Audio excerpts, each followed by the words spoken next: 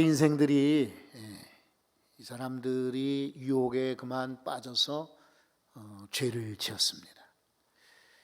그러나 내버려두지 아니하시고 하나님은 그들을 구원하십니다. 그래서 이것을 구속이라고 말합니다. 그런데 이 구속에는 흐름, 역사가 있습니다.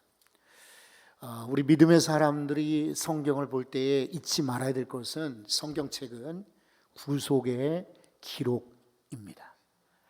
그러면 성경에서 가장 큰 구속의 흐름이 세 가지가 있어요. 그 중에 하나는 아브라함을 선택하신 거예요. 그전에는 인류 다 같은 그런 인생들이었었는데 하나님이 특별히 아브라함을 골라서 선택하셨어요.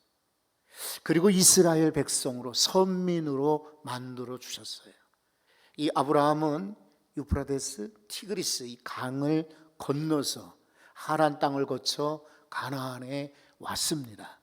그래서 이 사람들을 일컬어 강을 건넌 사람들, 히브리라고 부르는 것입니다. 그 아브라함의 후손 가운데 야곱이 있습니다. 야곱은 12아들을 두었는데 이 12아들들과 함께 11명이죠. 하나는 이미 애굽에 가 있었으니까 애굽으로 이주해 가게 됩니다. 이것이 사실은 구속사의 중요한 사건이었습니다. 이 사람들이 이집트에 간 것, 이집트는 세상을 상징한다 그랬습니다. 그리고 고난이고 역경의 시간들이었습니다. 약 430년 동안을 이집트에 머물면서 이들은 많은 고난을 겪었어요. 그런데 그것은 오늘 인생들이 겪어야 되는 그런 훈련 과정이기도 합니다. 드디어 광야로 이제 인도하시는 출애굽 사건이 벌어지게 됩니다. 그래서 세 번째 구속사의 큰 흐름은 출애굽입니다. 그런데 출애굽은 어디서부터 출발하느냐? 바로 오늘 본문 12장에서 출발하는 것입니다. 그전에는 하나님의 준비 과정, 모세를 고르셨고 그리고 부르셨고 모세를 통하여 바로를 만나게 하시고 그리고 재앙을 허락하셨고 이 모든 건 준비 과정이에요. 드디어 출애굽시키는, 출애굽하게 하는 것이 이제 구속사의 흐름이란 말이죠. 그런데 이 출애굽의 계기가 되는 사건이 바로 유월절 사건입니다. 유월절은 패스오버, 영어로 넘어간다 이런 말이에요. 이게 뭘 넘어가느냐? 담을 넘거나 혹은 사람을 넘는 것이 아니라, 파도가 방파제 넘는 것이 아니라 죽음을 넘어간다, 이런 뜻을 가지고 있어요. 아시다시피 이스라엘 백성들이 이집트에서 고난을 많이 당하고 있으니까 하나님이 그들의 부르짖음을 들으셨어요. 그래서 모세를 보내 해방시키시는데 바로가 꿈쩍도 안 했습니다. 그래서 하나님은 10가지 재앙을 이집트에 내리게 되는 거예요. 그런데도 9가지 재앙까지도 꿈쩍 않던 바로가 드디어 10번째 재앙에서는 손들고 항복하게 됩니다. 그 10번째 재앙은 아시다시피 장자들 그리고 모든 가축, 짐승들의 첫 새끼들을 대표로 죽이는 것입니다. 바로의 왕자도 포함이 됩니다. 여기서 바로는 더 이상은 버티지 못하고 항복하게 됩니다. 바로 그 내용이 오늘 읽은 말씀인데, 자, 유월절 이 사건을 볼 때에 기억하셔야 될 것이 있어요. 유월절은 해방 사건이에요. 그런데 과거 이스라엘 백성들의 유월절을 왜 우리가 지금 읽느냐? 우리에게도 해방이 필요해요. 우리가 무슨 공산주의 또 일제 압력 때문에 해방만이 아니라 죄에서 해방입니다. 질병에서 해방, 가난에서 해방, 흙수저와 같은 그런 신세에서 해방되는 것. 나를 그렇게 옥죄이고 힘들게 하는 못된 습관, 악한 습관에서부터 여러분 해방되시기 바랍니다. 그렇다면 우린 개인적으로 유월절을 경험하셔야 돼요. 유월절을 상징하는 두 번째는 인도입니다. 인도. 하나님이 인도하신 거예요. 유월절은 인간이 계획하거나 인간이 구상하거나 인간이 작전을 짠 것이 절대로 아니에요. 이거는 사람들의 아이디어가 아닌 거예요. 어디 책에서 아니면 과거의 경험 첫 번째 사건이에요. 이것은 철저하게 하나님의 인도였어요. 모세가 똑똑해서도 아론이 무슨 대단한 능력 가져서 이집트에 무슨 문헌이 있고 거기에서 자료를 보니까 이렇게 유월절을 지키면 되겠다 천만에요. 이것은 인간의 생각이 아니라 하나님의 계획이요 인도하심이었어요. 여러분, 금년뿐만 아니라 여러분 인생 가운데 내가 하는 일이 뭐가 있습니까? 그리고 내가 해서 잘 될 수도 있지만은 안 될 때가 훨씬 더 많았습니다. 그래서 여러분 유월절에 대해서 들으실 때마다 맞아, 내게도 유월절이 필요해. 나는 해방돼야 된다. 나에게는 하나님의 인도가 필요하다. 여기시고 믿으시고 따라가시기를 바랍니다. 유월절을 상징하는 세 번째 사건은 피입니다. 피. 유월절은 다른 방법으로 이루어지는 것이 아니라 피 때문에 생겨난 겁니다. 이 사람들이 뭐 날아간 것도 아니고 어디서 무슨 뭐 능력을 얻은 것이 아니라 어린 양을 잡았습니다. 그리고 그 피를 뺐습니다. 그리고 그 피를 문설주에 좌우 문설주 그리고 임방에 바르라 그랬습니다. 발랐습니다. 그랬더니 죽음의 사자가 넘어간 것입니다. 패스오버, 6월 넘어간 거예요. 그래서 피가 중요해요. 바로 이 어린 양의 피는 예수 그리스도의 피를 상징하는 것입니다. 지금도 마찬가지죠. 우리는 어린 양의 피가 필요합니다. 우리 교회와 여러분의 심령 가운데, 우리 인생 가운데 예수 그리스도의 피가 있을 때 우리는 사망을 이기고 죽음을 이기고 승리할 줄로 믿습니다. 여러분, 이 모든 것은 하나님의 말씀대로 이루어진 것입니다. 그래서 오늘 우리는 말씀을 따라 살기로 작정하셔야 됩니다. 왜냐하면 우리는 광야 같은 지금 세상을 살고 있어요. 아무것도 없어요. 그리고 참 열악해요. 그리고 참 안타까워요. 보이는 것도 없어요. 그래서 우리는 이 광야 같은 세상을 어떻게 통과할 수 있을까 고민하고 기도하고 있잖아요. 우리 지난주에는 첫 주일날 예배 드리자 그랬어요. 예배를 잘 드릴 때에 여러분 광야도 이기고 통과하게 되는 것입니다. 두 번째, 오늘은 말씀을 따라가자입니다. 여러분, 여기 최종인 목사 아닙니다. 어느 유명한 박사 아니에요. 또 대통령이나 이재명 씨, 윤석열 씨 이런 사람 아니에요. 우리 말씀을 따라갈 때 후회하지 않고, 말씀을 따라갈 때 정말 내게 가장 유익하고, 말씀을 따라갈 때 내게 가장 필요한 중요한 진리를 발견하게 될 것입니다. 그래서 금년에 작정하셔야 돼. 내가 다른 것 따라가지 않겠다. 내 생각 따라가지도, 내 계획 따라가지도, 내가 이렇게 저렇게 하리라 이런 것 따라가지 아니하고 나는 오직 말씀을 따라가리라. 금년에 각오하시면 잘 될 줄 믿습니다. 여기 성경을 몇 곳 찾아보려고 하는데 출애굽기에서만 한번 찾아보겠습니다. 출애굽기 6장 10절 다 같이 읽어봅니다. 여호와께서 모세에게 말씀하여 이르시되, 말씀하신 거예요. 사명을 주신 거지요. 그 다음에 출애굽기 7장 8절도 읽어봅니다. 다 같이 여호와께서 모세와 아론에게 말씀하여 이르시되, 처음에는 모세에게도 말씀하셨지만 이번에 모세와 아론에게 함께 말씀하신 거예요. 그리고 출애굽기 9장 20절과 21절인데요. 먼저 20절을 읽어보겠습니다. 다 같이. 바로의 신하 중에 여호와의 말씀을 두려워하는 자들은 그 종들과 가축을 집으로 피하여 들였으나. 이게 무슨 말이냐면요, 7번째 재앙이 우박재앙입니다. 이만한 우박이 하늘에서 떨어지는 거예요. 근데 우박만 내리는 것이 아니라 여기에 불덩이가 같이 내리는 거예요. 그러니까 바로의 신하들 가운데서도 모세가 우박재앙을 선언하고 예고할 때, 경고를 줄 때에 여호와의 말씀을 두려워하는 자는 가축을 집으로 드리는 거예요. 그런데 21절을 한번 이어서 보겠습니다. 출애굽기 9장 21절입니다. 다 같이 여호와의 말씀을 마음에 두지 아니하는 사람은 그의 종들과 가축을 들에 그대로 두었더라. 여러분 어찌 되었을까요? 우박지향이 내리는데 종들 다 사람도 죽었어요. 가축들 다 죽었어요. 그리고 밭에 있는 모든 작물들이 전부 다 우박을 맞아가지고 다 부서지고 깨지고 상하는 것입니다. 여호와의 말씀을 마음에 두는 자와 여호와의 말씀을 듣지 아니하는 자의 차이, 살고 죽습니다. 신앙은 중간지대가 없어요. 신앙은 적당히 요만큼 잘 되고 요만큼 못 되고 없어요. 죽느냐 사느냐 그거예요.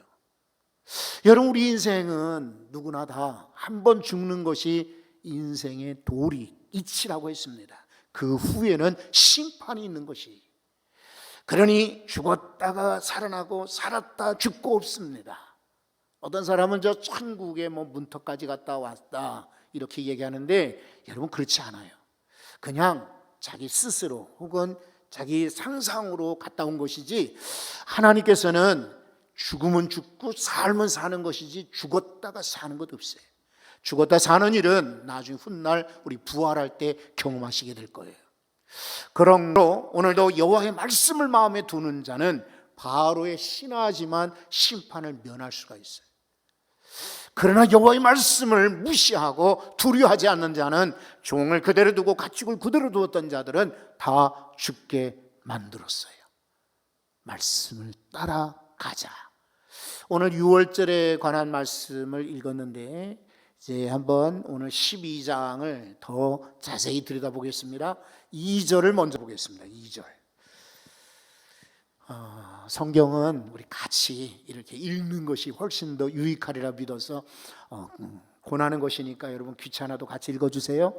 2절을 한번 읽어봅니다. 이 달을 너희에게 달의 시작 곧 해의 첫 달이 되게 하고. 무슨 말입니까? 원래 이집트에 달력이 있는데 그거 무시하고 하나님께서는 지금 이 달 6월절이 있는 이 달을 그 해의 첫 달로 만들라라고 말하고 있어요. 그러니까 신앙 출발입니다. 과거 애굽에서 살았던 거 다 잊어버리고 이제부터 6월절부터 신앙으로 출발하라 이거 말이에요. 여러분 사도 바울도 말했습니다. 나는 앞에 있는 표대를 향하여 뒤에 있는 것을 잊어버렸다 그래요. 아직도 많은 사람들이 옛 생각을 가지고 있습니까? 절대로 잘 될 수 없어요. 아직도 옛날의 원한, 옛날의 슬픔, 옛날의 고통, 옛날의 아픔 이것 때문에 매여 있는 사람은 절대 앞으로 나갈 수 없어요. 길 가다가요 이제 강아지들 조금 큰 개를 이렇게 개줄로 이제 묶고 이렇게 지나는 분들을 많이 만납니다. 요즘에는 참 반려동물들이 옛날보다 훨씬 많아졌어요. 그렇죠? 그런데 요즘 주인들이 참 많이 교육도 그리고 이런저런 아마 그런 뉴스도 들었겠지만은 참 이 개줄을 잘 잡고 있습니다.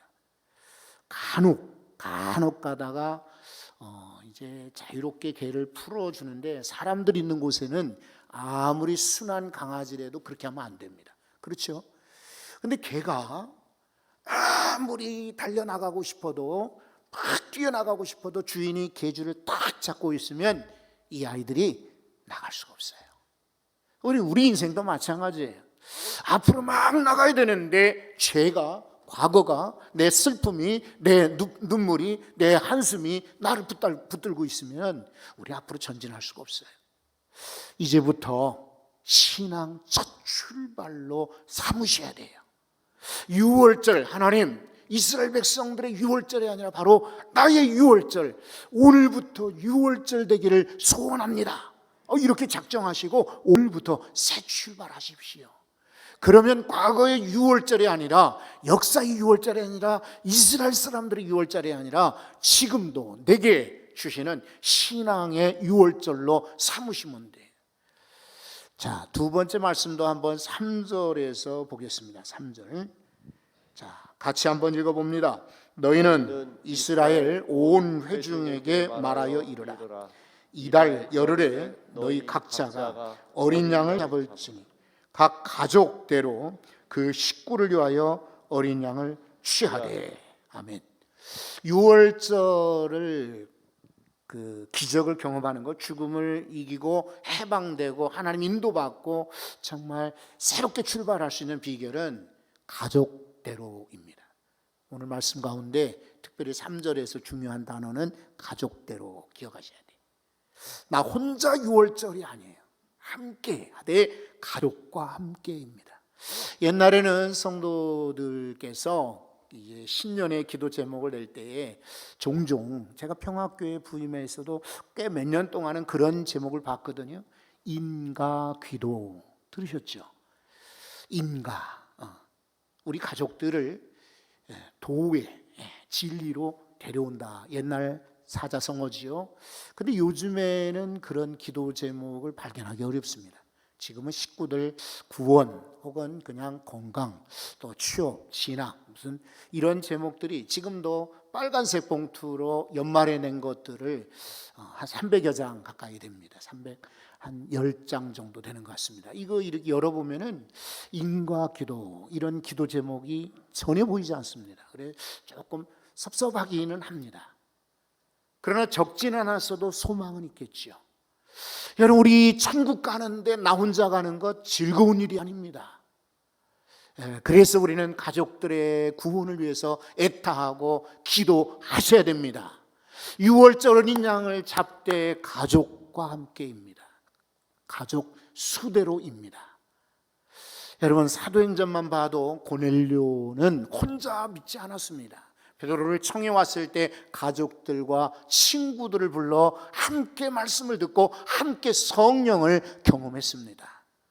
루디아, 저 빌립보성의 자주장사였던 루디아는 바울의 말씀을 듣고 깨달음이 왔습니다. 그래서 자기 집으로 청했습니다. 그때의 식구들을 다 불러서 바울의 설교를 듣게 했습니다. 그리고 세례받았습니다. 가족이. 그리고 그 빌립보의 감옥에 간수되는 이도 바울 일행을 보고 신기하게 여겼습니다. 왜냐하면 옥문이 열렸잖아요. 도망갈 줄 알았어요. 그래서 자기가 자결하려고 했어요. 그런데 바울이 말렸어요. 우리 도망가지 않았다. 그래서 이 일을 참 기가 막히게 여기고 이 사람들을 씻기고 데리고 자기 집으로 가서 잔치를 해주지 않았습니까? 그리고 간수가 이 바울에게 엎드립니다. 형제요, 어찌하면 당신들처럼 구원을 받을 수 있습니까? 이랬더니 바울이 이 가족들에게 복음을 전했습니다. 주 예수를 믿으라. 그리하면 너와 내 집이 구원을 얻으리라. 너와 내 집입니다. 너만이 아니에요. 그래서 금년에 기도하십시오. 다시 한번 옛날처럼 인가 기도, 우리 가족들도 6월절을 경험하게 해 주옵소서. 기도할 수 있기를 바랍니다. 자, 네 번째로 주신 말씀이 이제는 4절입니다. 4절. 세 번째 주신 말씀 4절이에요.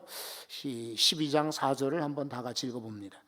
그 어린 양에 대하여 식구가 너무 적으면 그 집에 이웃과 함께 사람 수를 따라서 하나를 잡고 각 사람이 먹을 수 있는 분량에 따라서 너희 어린 양을 계산할 것이며. 여러분, 양을 잡았는데 식구가 적어요. 그렇죠? 애굽의 이집트의 산하 제한으로 해서 아들을 낳으면 다 죽이라고 그랬거든요. 그러니까 자식이 없어요. 그리고 어떻게 해서 자식을 많이 가졌다 한다면은 뭐 한 마리면 충분해요. 근데 양 한 마리, 새끼 양이랄지라도 한 마리를 잡으면 적어도 10명은 먹는 분량이거든요. 그런데 우리 집은 식구가 둘, 셋밖에 없단 말이죠. 그러면 어떻게 하느냐? 이웃과 함께. 오늘 성경에 보면 이웃과 함께, 이것도 중요한 구절이에요. 이웃과 함께 그 수를 맞추라는 거예요. 낭비하지 말고 버리지 말고 함께 각 집의 이웃과 함께 먹으라라고 성경은 권면하고 있어요. 여러분, 이 말은 무엇일까요? 6월절은 우리 그리고 우리 가족만이 아니라 이웃까지 전파해서 함께 누려야 될 축복인 것을 가르쳐주고 있어요. 금년에는 여러분 우리 가정을 뛰어넘어서 우리 이웃들까지 초청하고 함께 6월절 해방을 경험하게 하고 하나님의 인도를 받게 하고 그리고 예수 그리스도를 믿음으로 구원받게 하는 역사가 일어나기를 바랍니다. 이웃과 함께해요. 조금 더 우리가 눈을 돌려서 우리 구역 식구들 가운데는 아픈 사람 없을까? 그런 분들을 마음에 떠올리고 기도하십시오. 우리 가르치는 어린 학생들 가운데 또 내가 직장을 다니는데 직장에서 동료들 가운데 아픈 사람, 외로운 사람, 힘든 사람은 없을까? 이런 분들도 함께 여러분 새벽에 가져와 기도하시고 혹시 교회까지 나오지 못하시는 분들은 권면드리지 않습니까? 금년 1월 달에 아예 가정에서나 여러분 처소에서도 이 말씀을 그대로 읽고 같이 기도하시는 거예요. 새벽에 오신 분들과 나눈 이야기예요. 여러분 현대인들이 많은 그런 질병들이 있어요. 그리고 아무리 잘 살고 건강하게 살고 싶어도 질병 때문에 건강하지 못해요. 삶의 질이 좋아질 수가 없어요. 그리고 여러분 경험하시잖아요. 집에 누가 아픈 분이 계시면은 우리가 나가서 당당하게 힘있게 일할 수가 없는 거예요.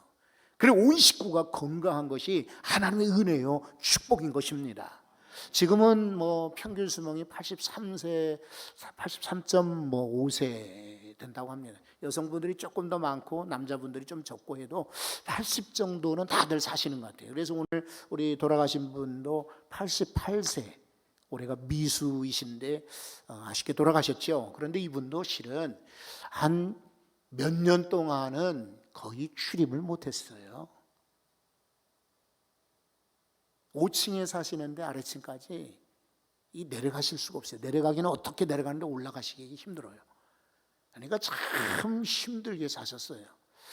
여러분 이렇게 식구가 아프고 또 문제가 되고 또 아무리 나이가 많아질지라도 움직이지 못한다면 참 불편하고 힘든 것입니다.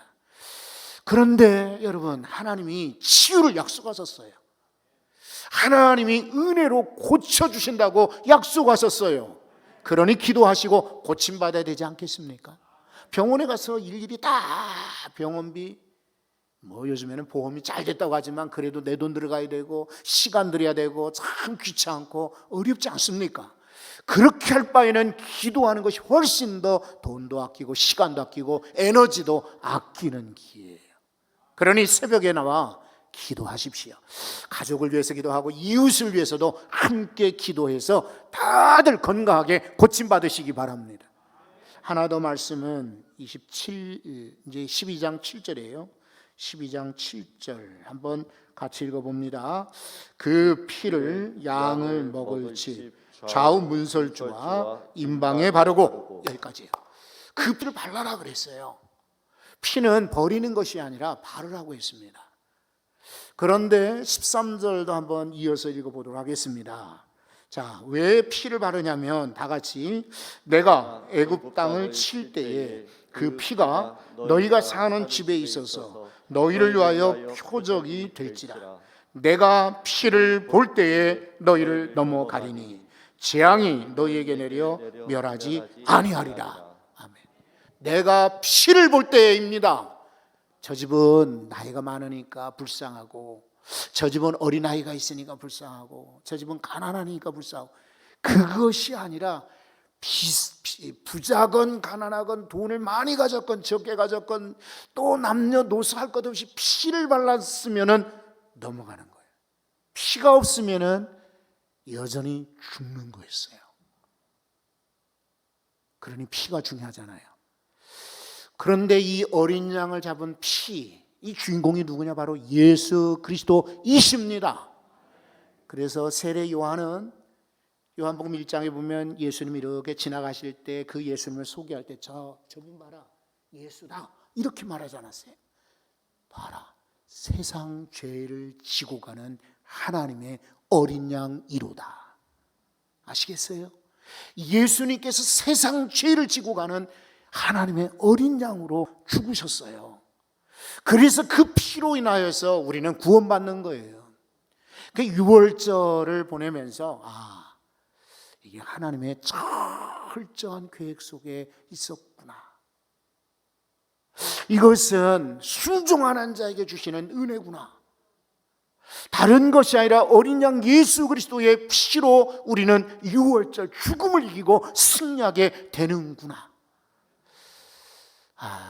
유월절을 전하는 것이 정말 저는 출애굽기를 설교하면서 이 부분이 제일 중요하거든요. 그래서 제일 사실은 신경 써서 준비하고 기도하고 성도들이 제발 유월절 정신, 유월절의 의미만 확실히 좀 알았으면 좋겠다라고 마음을 가졌는데, 여러분 어떻습니까? 이제 유월절 아시겠어요? 세 가지를 기억하십시오. 이것은 해방입니다. 해방. 죄에서 해방, 온갖 문제에서 해방, 질병에서, 가난에서, 괴로움에서, 이런저런 문제에서 해방시켜 주시니 얼마나 감사합니까? 유월절은 철저하게 하나님의 계획이요 인도였어요. 하나님의 당기시는 역사예요. 그런 거로 도피하지 말고, 떠나지 말고, 외면하지 말고 이 하나님의 명령 말씀 앞에 따라가시기 바래요. 금년에 유월절에 주님을 따라가시면 여러분 우리 인생이 잘 될 줄로 믿습니다. 무엇보다 여러분, 이것은 해방도 감사하고 인도도 감사하지만 피입니다. 피. 예수 그리스도의 피입니다. 사도 바울은 그래서 말하기를 피값으로 산 교회라고 했습니다. 교회는요, 여러분 착각하지 마십시오. 우리가 건축헌금을 들여서 지은 곳이 아닙니다. 교회는 그냥 우리 사람들의 모임만이 아닙니다. 이곳은 예수님께서 피값으로 살아있는 하나님의 성전인 것입니다. 여러분 모두가 다 예수의 피로 머리부터 발끝까지 적셔지시기 바랍니다. 그때의 죽음의 사자 사탄의 권세가 물러나고 여러분은 하나님의 자녀로 저 천국의 훗날 서 계실 것입니다. 거룩하신 하나님, 6월절에 이스라엘 백성들이 해방되었던 것처럼 이스라엘 백성들이 인도함을 받은 것